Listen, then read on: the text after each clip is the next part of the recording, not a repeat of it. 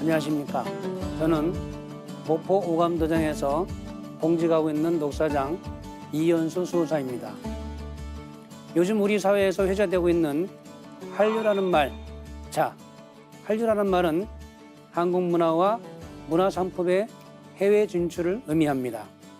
또는 한국의 대중문화에 대한 관심과 열기를 말하기도 합니다. 이처럼 한류는 이제 전 세계 문화의 큰 흐름으로 자리매김하고 있습니다. 그럼 한류 문화가 이처럼 전 세계로 퍼져나가는 이유는 뭘까요? 오늘 도전 산책 시간에는 한류 문화의 원형이라는 주제로 도전에 나와 있는 상계의 말씀 중심으로 알아보도록 하겠습니다.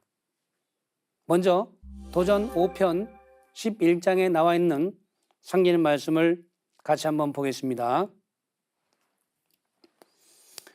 하루는 상계님께서 옥편을 불사르시며 말씀하시기를 내가 아는 문자로도 능히 모든 사물을 기록할지니 앞으로는 쉽고 간단한 문자로 천하에 통용되도록 하리라 하시고 장차 우리나라 말과 글을 세계 사람이 배워가리라 하시니라.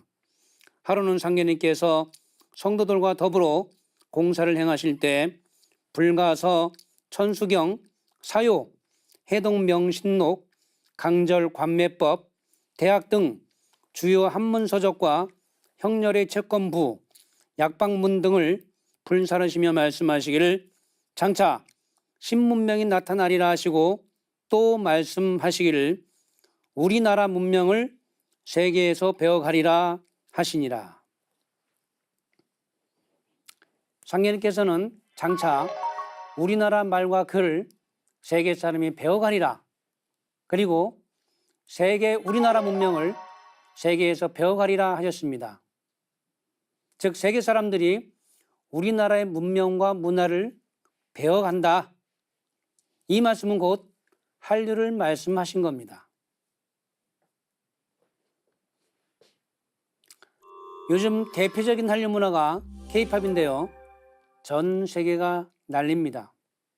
특히 BTS, 방탄소년단은 K-팝 최초로 빌보드 뮤직 어워드 톱 소셜 아티스트로 2년 연속을 수상했고요. 전 세계 10대들에게 가장 영향력 있는 인물에 꼽히기도 합니다. 실제로 K-팝의 고장인 한국에 와서 한국의 글과 말, 한국의 문화와 역사를 공부하고 싶다는 세계인들이 1억 명 정도 된다고 합니다. 도전에 나와 있는 상계의 말씀대로 세계 사람들이 우리나라의 말과 글 그리고 문화를 배워가고 있는 것입니다. 또한 최근에는 한국 드라마의 해외 진출은 물론이고 한국 드라마의 제작 단계부터 직접 투자하기도 합니다. 최근에 종영된 인기 드라마를 비롯해서 영화나 예능 부분까지 해외 자본의 많은 투자가 이루어지고 있습니다. 톡톡 튀는 아이디어에 음악 예능을 비롯한 여러 프로그램의 포맷이 그대로 수출이 돼서 폭발적인 인기를 끄는가 하면 한국에서 만든 동요가 유튜브를 통해 전 세계로 퍼져 전 세계 언니들이 가장 많이 보는 영상으로 올라서기도 했습니다. 그렇다면 왜 전 세계 사람들이 한국의 음악과 문화에 열광하고 있는 것일까요? 그렇다면 한류로 불리는 우리 문화의 원형은 과연 무엇일까요? 지금의 한류에 앞서서 고대에도 우리 문화가 전 세계에 전파된 적이 있습니다. 그것은 바로 제천문화인데요. 상제문화입니다. 이 제천문화야말로 한류 시대의 한류 문화의 실체라고 할 수 있습니다. 역사를 거슬러 올라가 보면 환국과 배달, 단군의 역사 시대에는 신교라고 하는 문화가 있었습니다. 신교는 이신 설교에서 나온 말로 신의 가르침, 즉 상계님의 가르침으로서 세상을 다스린다. 그런 뜻입니다. 신규의 시대에는 종교와 정치가 하나 된 재정일체 시대이며 여기서 전 세계 4대 문명과 4대 종교가 나갔습니다.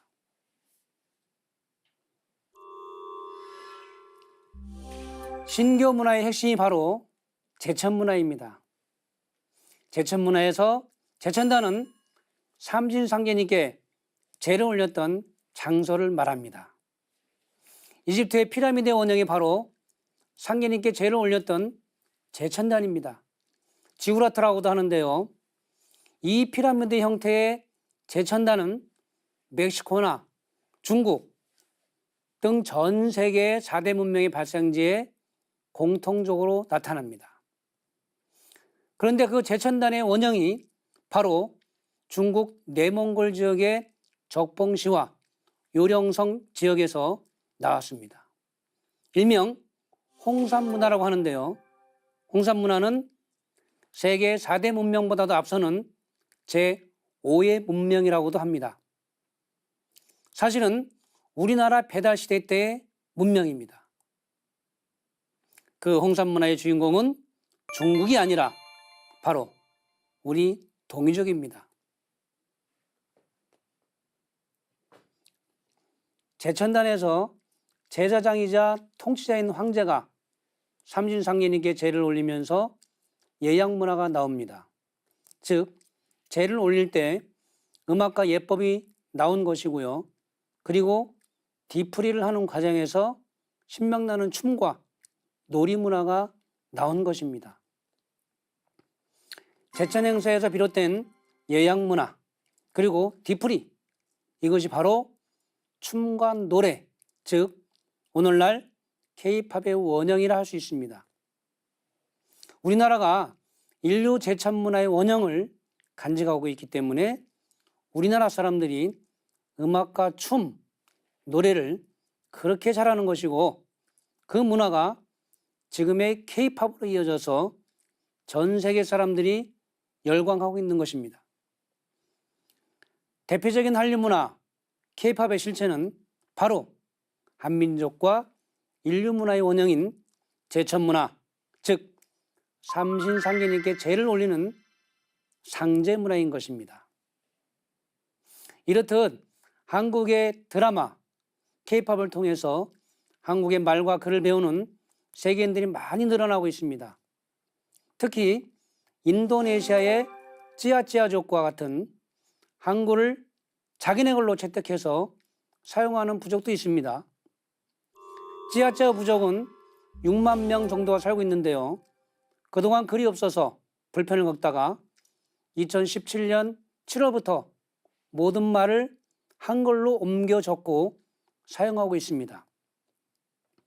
그 전에는 로마자와 아라비아 문자가 있었지만 부족 고유의 말을 표현하는 데는 한계가 있어서 영어, 인도네시아어, 라틴어, 중국어도 사용해봤지만 너무 어려웠고 오직 한글만이 찌아찌아의 모든 말을 옮겨 적을 수가 있었고 배우기가 쉬워서 채택을 하게 되었다고 합니다. 지금은 아주 잘 정책이 돼가고 있습니다. 또 한복도 한류 문화의 한 부분이 돼서 인기를 끌고 있죠. 전 세계인들이 가장 아름답고 실용적인 옷이라고 극찬하고 있습니다.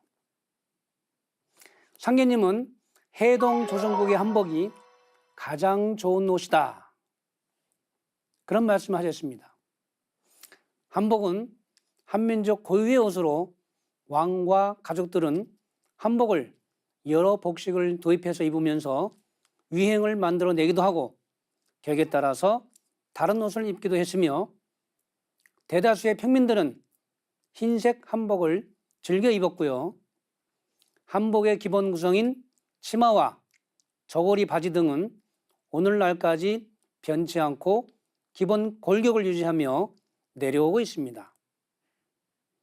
대한민국을 방문한 외국인 관광객들은 한복을 입어보는 행사나 한복을 사가는 경우가 상당히 많이 늘어나고 있으며 중국에서는 신혼부부들이 한복을 예단의 한 종류로 구매하는 경우도 적지 않게 늘어나고 있습니다.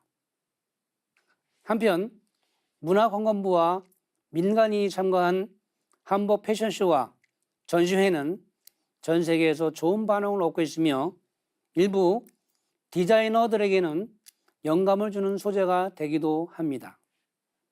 상인님께서는 이처럼 한국의 문화뿐만 아니라 우리나라가 세계의 중심이 된다고도 하였습니다.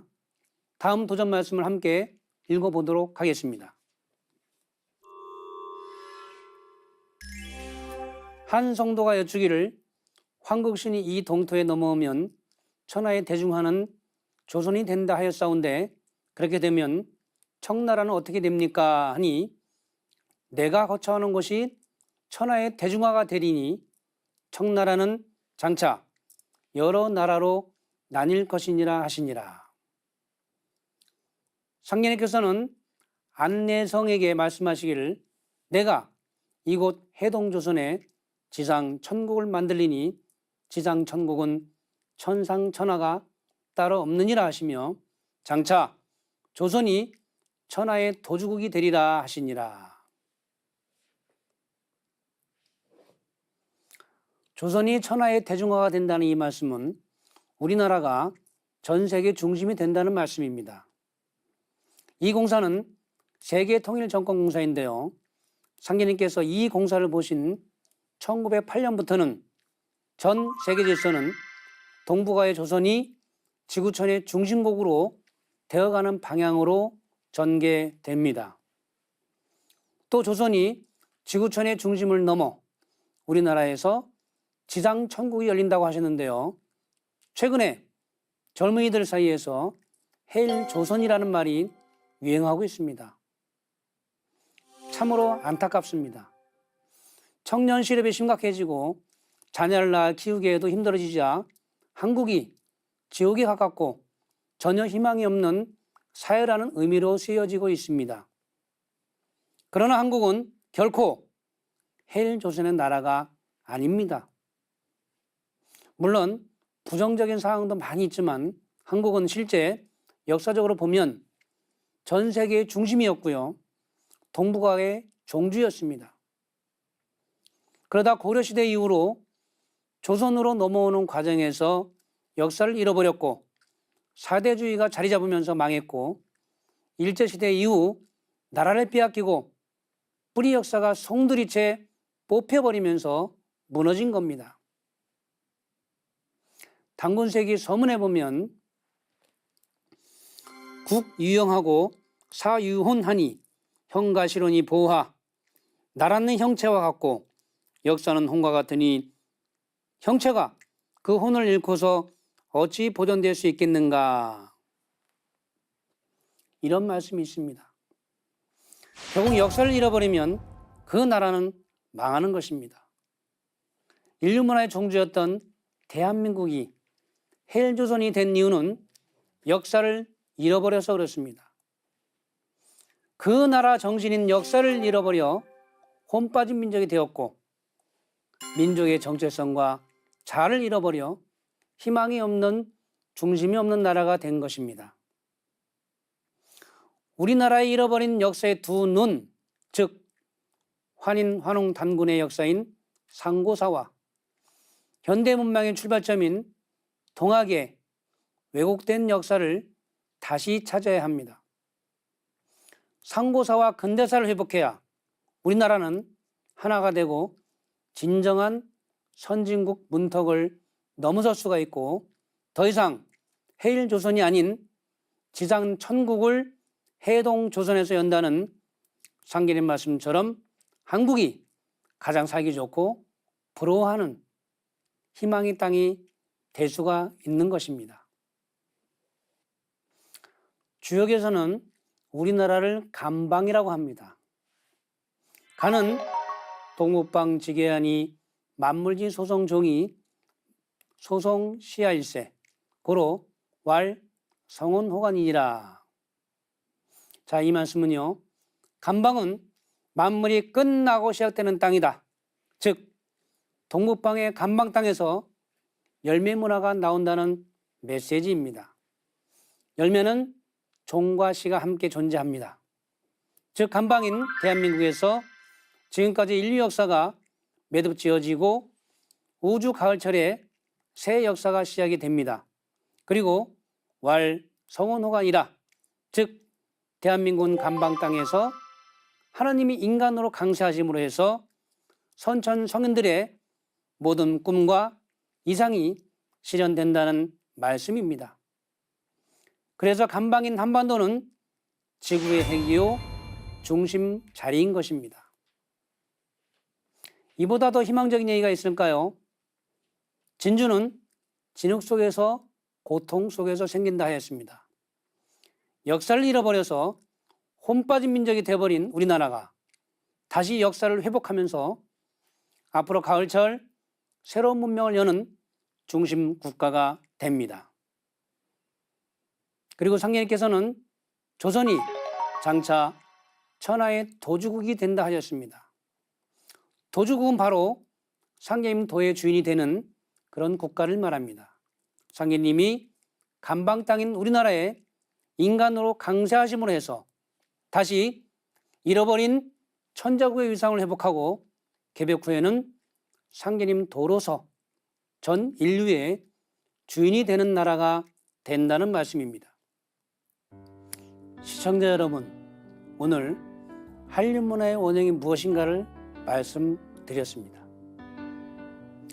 전 세계로 뻗어나가는 한림문화의 원형은 바로 제천문화요, 상제문화요. 그 결론은 하나님이 우리나라 땅에 인간으로 강세하셔서 당신님의 도를 열어주심으로 해서 우리나라가 전 세계 천자국, 도주국으로 다시 우뚝 선다는 것입니다. 우리나라가 전 세계 중심국으로 가는 그런 과정에서 제일 중요한 것은 잃어버린 우리 역사, 상고사, 고대사를 반드시 회복하는 일입니다. 그것은 본래 우리 한민족의 정체성을 회복하고 나를 바로 세우는 길이기도 합니다. 우리 모두가 자랑스러운 대한민국의 주인공으로 살아가시길 고대하며 이 시간을 마치겠습니다. 감사합니다.